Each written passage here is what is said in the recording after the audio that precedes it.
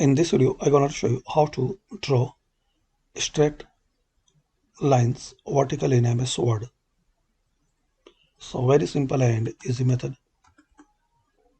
Just click anyway, then insert, shapes, select line. Now press and hold shift key.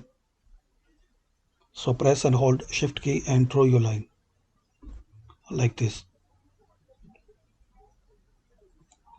So it's horizontal, and similarly you can draw vertical line, insert shapes line and draw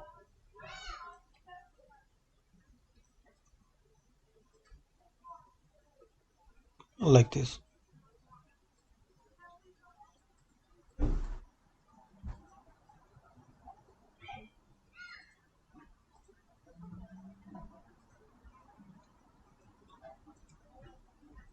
So hopefully guys you like this video. By these simple steps we can know how to insert and how to draw straight lines vertically in MS Word. Thanks for watching this video.